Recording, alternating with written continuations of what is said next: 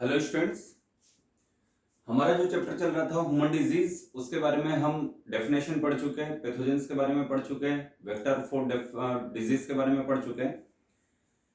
इसके बाद हम एक छोटा सा टॉपिक लेते हैं जो मुख्य रूप से हमारे कोर्स में संक्रामक रोग यानी इन्फेक्शियस डिजीज या फिर कम्युनिकेबल डिजीज। और जो कम्युनिकेबल डिजीज होती है वो किसके माध्यम से यानी पैदा होगी, उत्पन्न होगी, तो protozoal disease, bacterial disease, viral disease, fungal disease या फिर कोई वर्म डिजीज।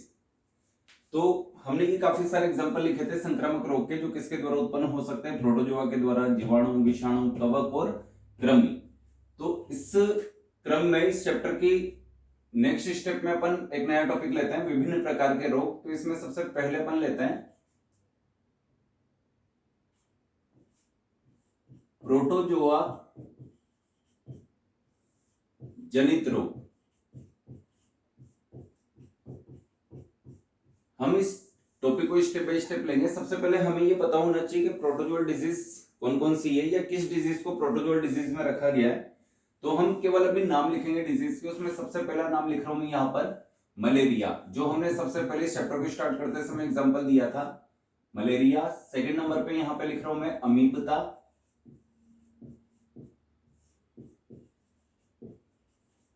अमीबियासिस, और इसी को कहते हैं पेचिस। तीसरे नंबर पे लिया मैंने यहां पर अतिसार, जिसे डायरिया भी कहते हैं। इसका एक और नाम लिख लेते हैं अपन जियार्डियासिस।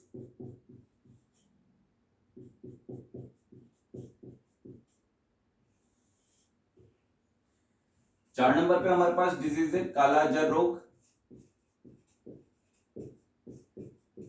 यहां पर काले का मतलब है ब्लैक, अजर का मतलब होता है बुखार, यानी ब्लैक फीवर डिजीज किसे कहा जाता है, तो अपन आंसर देंगे काला अजर रोग को। इसका जो साइंटिफिक नेम है लेश मीनियसिस।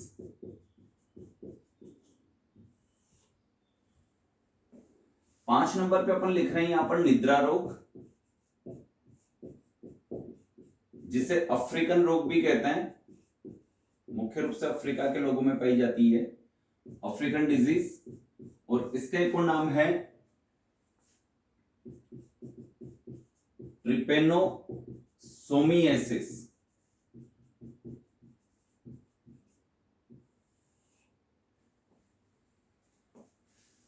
इसके बाद हम लेते हैं 6 नंबर पे अगली डिजीज, जिसका नाम है योनिशोथ।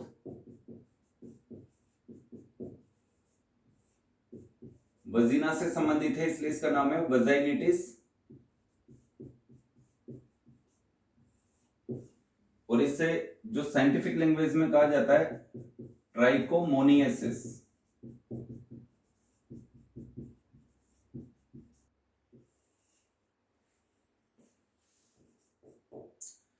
और लास्ट टॉक्सिप्लाज्मोसिस। मुख्य रूप से 7 डिजीज अपन पढ़ेंगे प्रोटोजोअल डिजीज के अंतर्गत। इसके बाद जो नेक्स्ट डिजीज लेंगे अपन वो होगी बैक्टीरियल डिजीज यानी जीवाणु जनित रोग। तब तक आप इसको नोट कर लीजिए।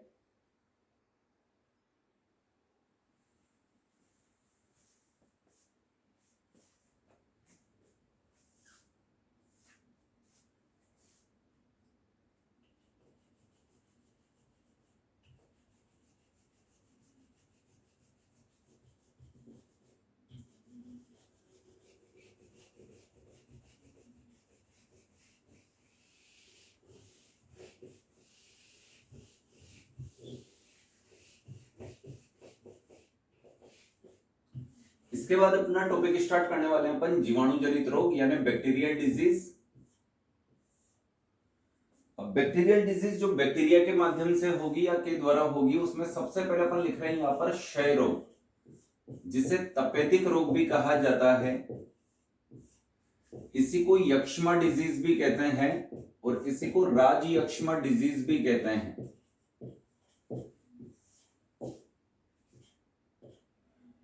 क्षय, तपेदिक, यक्ष्मा, राजयक्ष्मा, इसी को टीबी भी कहा जाता है, मीन्स ट्यूबरक्यूलोसिस।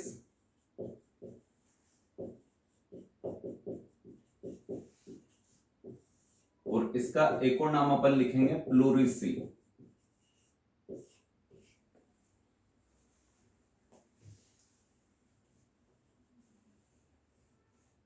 सेकंड नंबर की डिजीज अपन लेते हैं सेकंड, थर्ड एंड फोर्थ। इसको डीपीटी के नाम से पढ़ेंगे अपन। जो दूसरी डिजीज होगी उसका नाम है डिप्थीरिया, तीसरी डिजीज का नाम है पर्टुसिस, चौथी डिजीज का नाम है टिटनस। तो डिप्थीरिया को हिंदी में कहते हैं कंठ रोहिणी ऑब्लिक डी से डिप्थीरिया।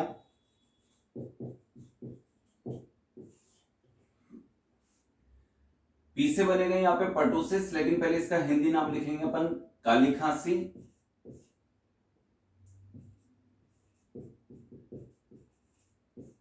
अथवा कुकर खांसी।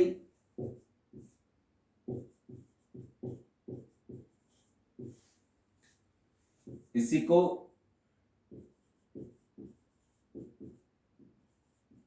वूफिंग कफ भी कहा जाता है, कुकर खांसी को, और साइंटिफिक लैंग्वेज में अपन ने इसे नाम दिया है पर्टुसिस।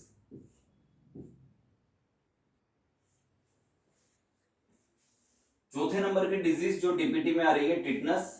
पहले इसका हिंदी नाम लिखेंगे धनु स्तंभ रोग।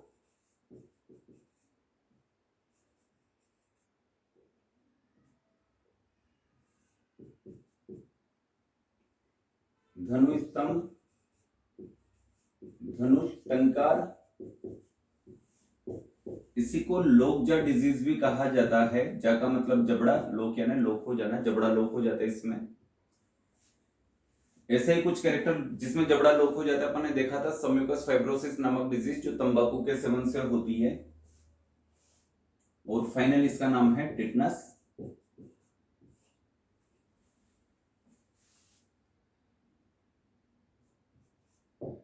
नेक्स्ट है अपने पास इसमें डीपीटी कंप्लीट। यहां पे नेक्स्ट टॉपिक लेते हैं अपन न्यूमोनिया, जिसे निमोनिया डिजीज भी कहा जाता है। नेक्स्ट अपन लेते हैं यहां पर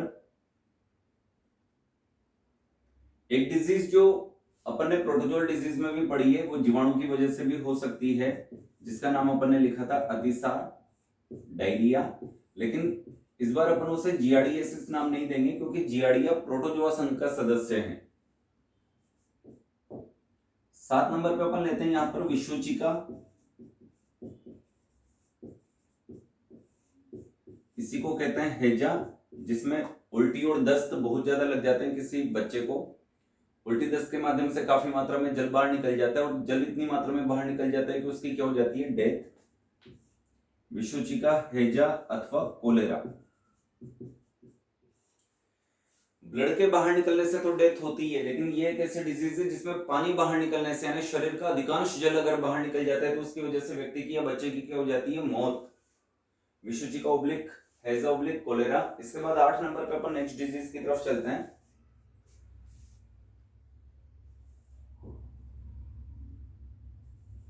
कुष्ठ अथवा कोढ़ अथवा हैंसेन की बीमारी, और इसी को कहते हैं लेप्रोसी। 8 डिजीज हम लिख चुके हैं यहां पर। 9 नंबर पे लिखेंगे यहां पर अपन एंथ्रेक्स। 10 नंबर पे अपन यहां पे लिखेंगे प्लेग, जिसे काली मौत भी कहा जाता है, ब्लैक डेथ। 10 तक तो लिखिए आप। इसके बाद में कुछ डिजीज और लिखा देता हूं।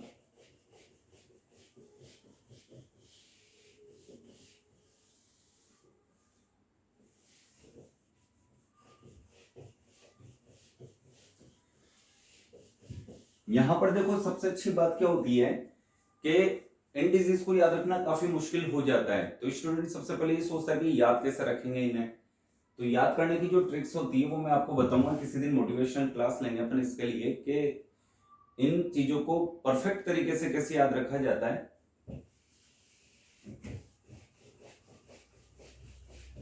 दस तक लिख लिया हमने।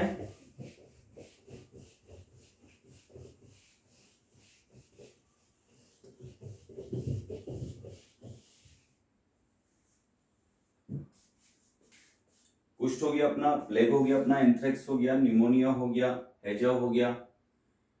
इसके बाद चलते हैं अपन नेक्स्ट डिजीज की तरफ, जिसका नाम है मस्तिष्कावरण शोथ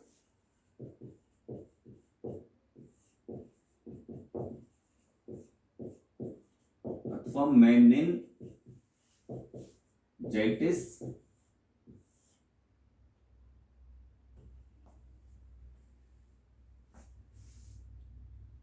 नेक्स्ट डिजीज और देख लेते हैं अपन,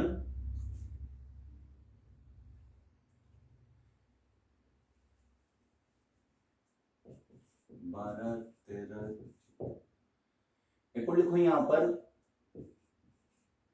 सुजाक ऑब्लिक गोनोरिया, और एक और लिखते हैं यहां पर उपदंश ऑब्लिक सिफिलिस। आप इसे नोट करें, तब तक कुछ और डिजीज लिख लेते हैं अपन जो बैक्टीरियल डिजीज होती है। बैक्टीरियल डिजीज में लिखते रहे आप। बैक्टीरियल डिजीज में सबसे पहले अपन ने लिखा था यहाँ पर क्षय, उसके बाद डीपीटी, उसके बाद अपन ने यहां पर लिखा न्यूमोनिया, हैजा, अतिसार, एंथ्रेक्स, प्लेग, कुष्ठ, 11, 12, 13, 14, सुजाक, उपदंश, मेनिंजाइटिस, एक डिजीज और छूट रही है अच्छी सी कोई, बैक्टीरिया की वजह से होने वाली डिजीज एक और कोई छूट रही है अपनी, शायद डिप्थीरिया, परटूसिस, टिटनस, निमोनिया, हैजा, अतिसार, एंथ्रेक्स, प्लेग। हाँ, एक काफी अच्छी डिजीज है जो माइंड से स्लिप हो रही है अभी, लेकिन ऐसे स्लिप नहीं होने देंगे अपन, कहीं ना कहीं याद होना चाहिए कि कोई छूट रहा है अपना। यहां पर देखो एक अच्छी डिजीज रह गई जिसे अपन कहते हैं आंत्रशोथ। आंत्रशोथ, इसी को कहते हैं आंत का बुखार, और फाइनली इसको एक नाम दिया जाता है, एक और नाम लिख लेते हैं, हिंदी नाम इसका मोतीझरा।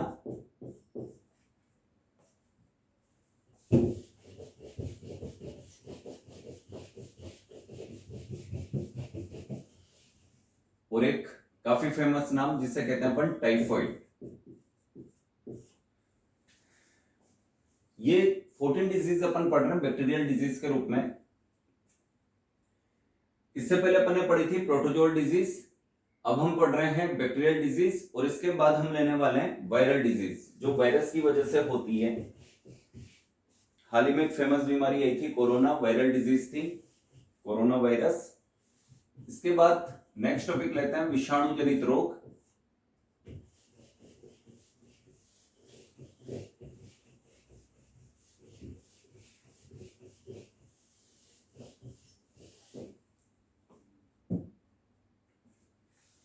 वायरल डिजीज में सबसे पहले अपन लेते हैं पोलियो, माइलिटिस, जो आज से कुछ वर्ष तक पहले की भारत देश की सबसे बड़ी समस्या बन गई थी, पोलियो। और इससे भी पहले जो अभियान चले थे, ये पल्स पोलियो अभियान अभी भी चल रहा है, लेकिन इससे पहले जो अभियान चला था वो चला था नारू रोग के लिए, नारू अभियान, जो भारत देश से बिल्कुल खत्म हो चुकी है बीमारी नारू, और वर्तमान में पोलियो अभियान चल रहा है, ये भी लगभग खत्म हो चुका है। फिर भी अगर कोई केस आ जाए, इसलिए ये अभी तक जारी है, पोलियो, माइलिटिस। इसके बाद है अपने पास पीलिया। पीलिया को ही जॉन्डिस के नाम से जाना जाता है, और इसी को अपन यकृत शोथ भी कहते हैं। इसी को किस नाम से जाना जाता है? यकृत शोथ। लेकिन इसे यकृत शोथ ए भी कहा जाता है, और यकृत शोथ को इंग्लिश में कहते हैं हेपेटाइटिस। यकृत का साइंटिफिक नेम क्या है? हिपेटा, हेपेटो, इसलिए स्टडी ऑफ लिवर क्या कहलाती है? हेपेटोलॉजी। हेपेटाइटिस ए, और इसी का एक और नाम है कालमा, और इसी का एक और नाम लिख लेते हैं अपन पांडु रोग।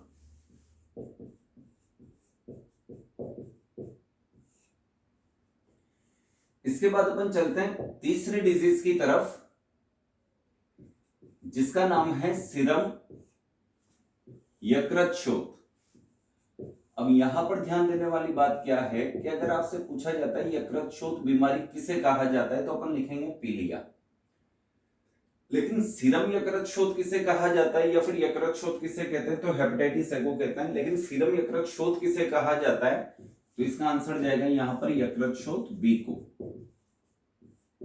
हेपेटाइटिस बी कह सकते हैं अपन इससे।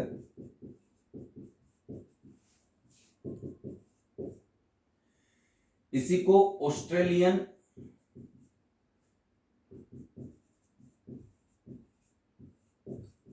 एंटीजन रोग भी कहते हैं। अगर सिर्फ एंटीजन रोग भी लिखा हुआ जाएगा तब भी अपने को ये डिजीज टिक करनी है, और ऑस्ट्रेलियन एंटीजन डिजीज लिखा हुआ है तब भी अपने को ये डिजीज टिक करनी है। 4 नंबर पे चलते हैं अपन अब खसरा। खसरे का टीका लगता है बच्चों में, खसरा। इसी को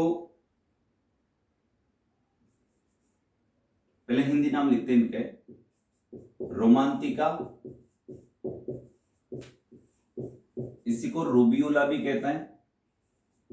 वैसे मिजल्स और रूबियोला 2 अलग अलग डिजीज है, लेकिन बेसिकली इन दोनों के कैरेक्टर्स लगभग सेम है, और कई बुक्स में दोनों बीमारियां एक साथ भी लिखी जाती है, इसलिए मैं अभी एक लिखा रहा हूं। लेकिन माइनर जो डिफरेंट है वो कभी अपन जब थोड़ा बायोलॉजी बेस पे कोई चैप्टर पढ़ेंगे तो उसमें क्लियर करेंगे। फिलहाल खसरा, रोमांतिका, रूबियोला और एक और नाम लिख देता हूं मैं इसका यहां पर, मिसल्स।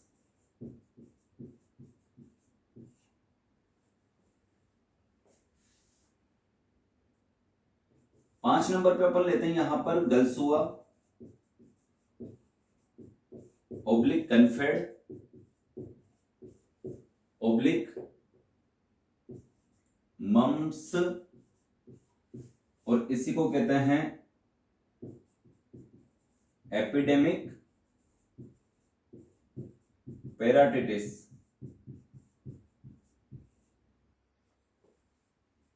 6 नंबर पे चलते हैं अपन सर्दी जुकाम। जो सर्दी जुकाम होता है अपने को वो वायरल डिजीज होती है, वायरस के कारण होने वाली डिजीज है।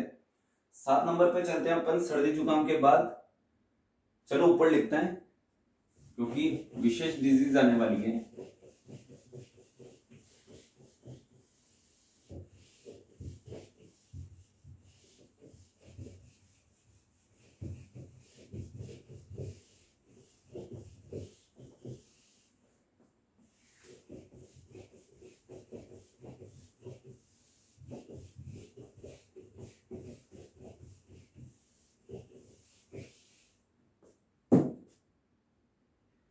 इसके बाद 8 नंबर पे लिखते हैं अपन छोटी माता,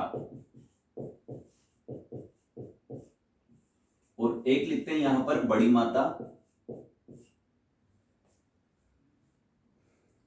सर्दी जुकाम के बाद मैंने आपको खसरा मिजल्स लिखा है था, मैं एक बार फिर लिख देता हूं उससे।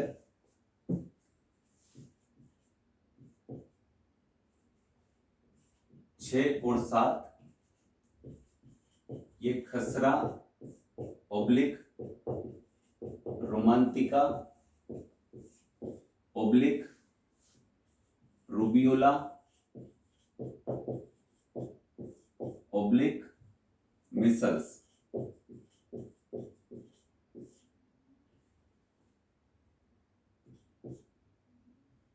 ठीक है, नेक्स्ट अपन लेते हैं, खसरे के बाद अपन ने लिया था गलसुआ, ओब्लिक कन्फेड, oblique mumps, oblique epidemic parotitis.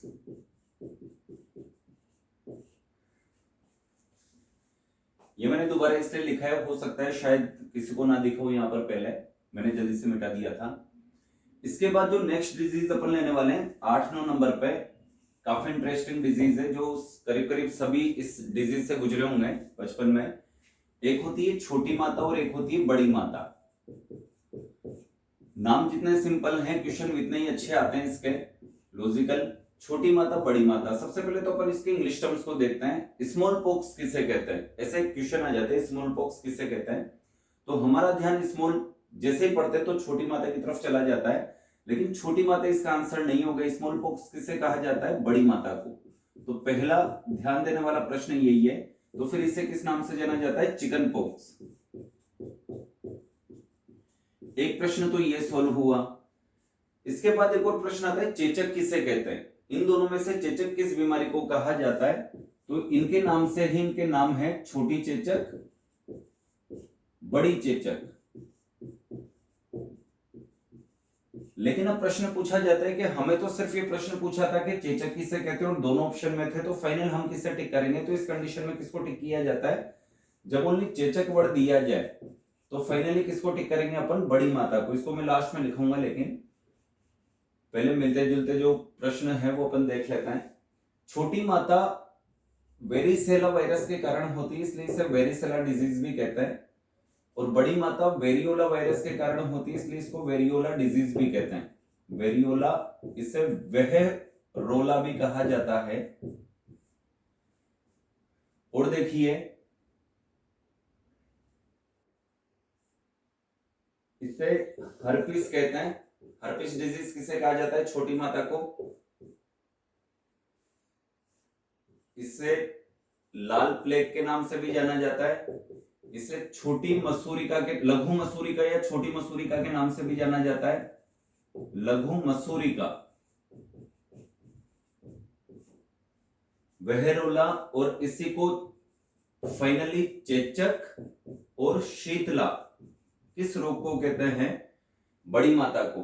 ये इनके फाइनल नाम है, अच्छे से याद कीजिए। है तो बहुत सारे लेकिन अच्छे से याद कीजिए। कैसे याद करते हैं, कभी एक मोटिवेशन क्लास लेंगे, उसमें आपको बताएंगे अच्छे से कि इन डिजीज को कैसे याद किया जाता है। या किसी भी सब्जेक्ट के बहुत सारी जो थ्योरीज होती है, कैलकुलेशंस होती है, लॉजिक होते हैं, उनको किस तरह से रिमेंबर किया जाता है, लेंगे कभी एक क्लास। फिलहाल अपन चलते हैं 10 नंबर की तरफ, नेक्स्ट डिजीज की तरफ, जिसका नाम है रेबीज। इसी को कहते हैं जलातंक। जल का आतंक हो जाता है व्यक्ति के लिए, जल भीति, जल से डरने लगता है, जल से भयभीत हो जाता है। और जल से भयभीत होना यानी जल का फोबिया, हाइड्रोफोबिया।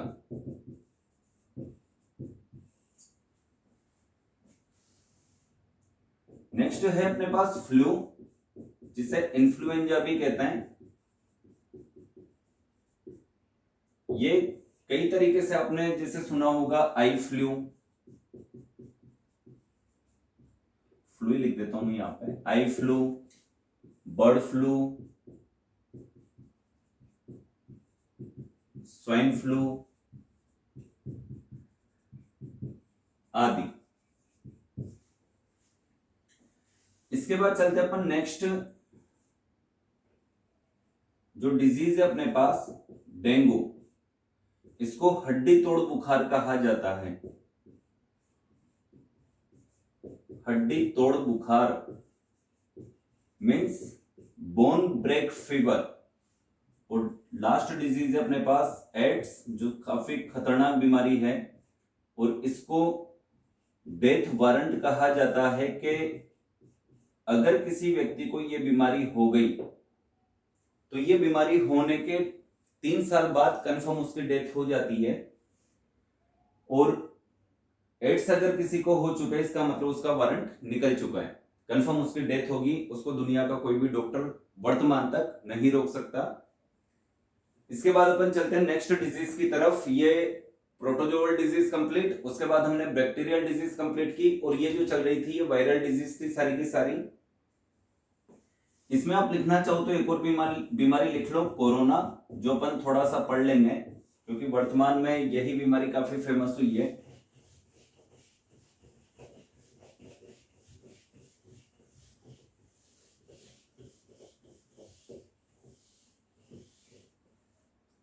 इसके इसके बाद नेक्स्ट टॉपिक लिखिए कवक जनित रोग।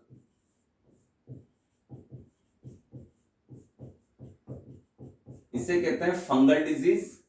जैसे हमने सबसे पहले प्रोटोजुअल डिजीज पढ़ी, उसके बाद बैक्टीरियल डिजीज पढ़ी, उसके बाद वायरल डिजीज पढ़ी, अब पढ़ रहे अपन फंगल डिजीज। तो फंगस की वजह से यानी कवक की वजह से होने वाली डिजीज कौन कौन सी है, इसमें अपन ज्यादा कुछ नहीं लिखेंगे।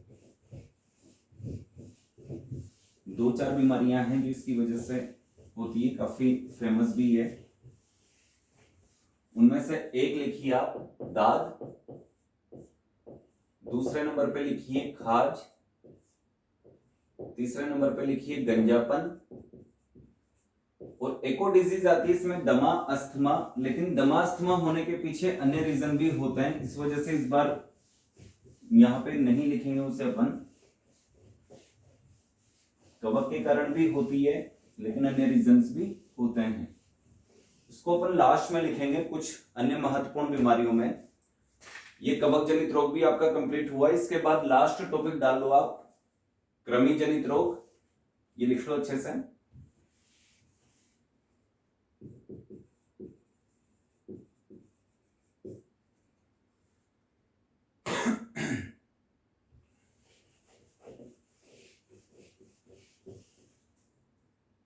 और लास्ट टॉपिक पढ़ रहे हैं अपन कृमि जनित रोग।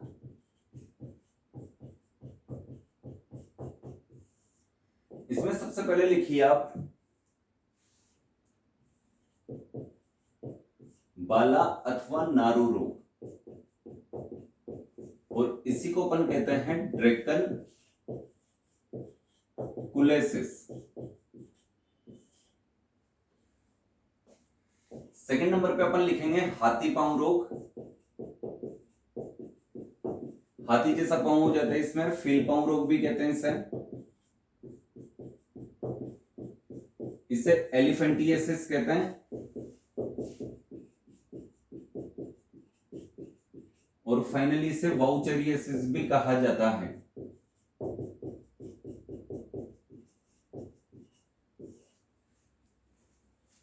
नेक्स्ट नंबर पर है अपने पास सिस्टिस कैरियसिस।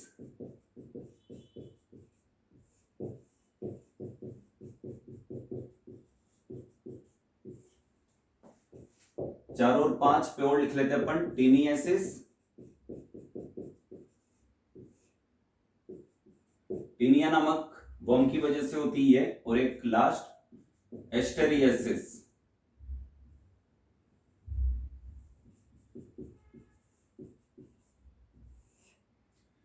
ये आपके फाइनल हुई कृमि जनित रोग।